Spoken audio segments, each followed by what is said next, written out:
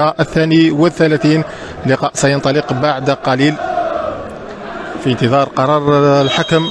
في هذه الأثناء ينطلق لصالح فريق جمعية الشلف الذي تدخل بالخيثر على اليمين. فرحي إبرا داخل منطقة العمليات بشوية تسديدة ولكن تصدي بالدفاع. موسى اسماعيل كما جاءت إلى فرحي ولكن في وضعية تسلل. العودة من التسلل وإلى بورديم. عمار قائد الفريق طويلة البحث عن إبرا وحده في الهجوم. تمرر منه لكن بشوية ينطلق بشوية أو فرحي على مشارف خط العمليات. ماذا سيفعل؟ تسديده وتدخل الدفاع. فرحي بإمكانك تفعل أكثر وأكثر يا فرحي. بورديم بالخيثر، من سينفذ بورديم ولكن ترفع فوق رؤوس. لعبت هذه الركنية فقير مرة أخرى. فقير في مرة أخرى يبقى محافظ على هذه الكرة طويلة يوزع داخل منطقة العمليات. حذاري بالغ يفتتح باب التسجيل. بالغ سفيان يفتتح باب التسجيل ويخادع جمعية الشلف. وأشك في هذه اللقطة ربما هذه اللقطة ربما كان في وضعية تسلل بالغ. لعبت إلى فرحي. بوردي مرة أخرى. فرحي مرة ثانية إلى بن شوية تسديدة والحارس يبعد الكرة للركنية مرة أخرى. سلامة إن شاء الله لأشرف عبادة. إطلاق إصابة يسقط يبقى سقط على أرضية الميدان. لاعبين أرضية الميدان سقط الحذاري. حذاري انطلاقة من بالغ. حذاري يلا يا حمراء في وضعية تسلل. الحذاري قاسم ولكن حمراء عبد الرحيم ينقذ فريق من هدف محقق. أشرف عبادة ساقط. لعبت إلى بختي إلى الحارس بوهداس ياسين.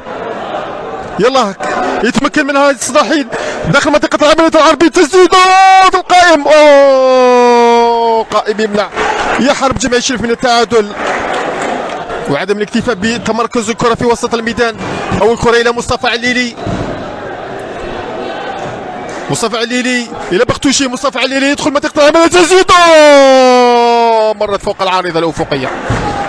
يعجب عدم ترك الفرصة والكرة لصالح الفريق المستضيف. حذري خطيرة لصالح اتحاد كرماح. خطيرة تمرير مرت جانبية.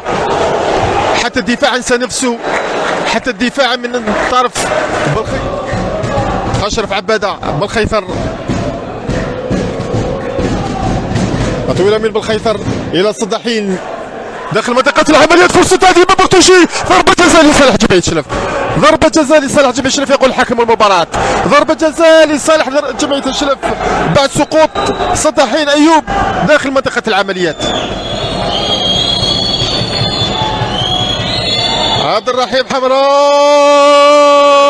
يعدل النتيجة. يعلن النتيجة في الوقت المناسب. يتمكن من تعديل النتيجة. حمراء عبد الرحيم في الوقت المناسب. ستقول توقعوا معي في الهدف الثاني إن شاء الله. البحث عن الحلول.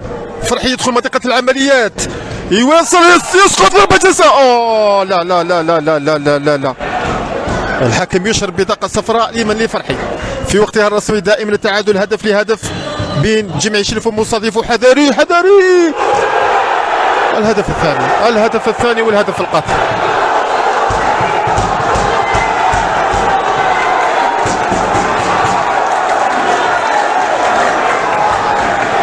هدف ثاني وهدف قاتل لصالح فريق اتحاد كرم. وفي هذه الأثناء الحكم يعلن عن نهاية المباراة.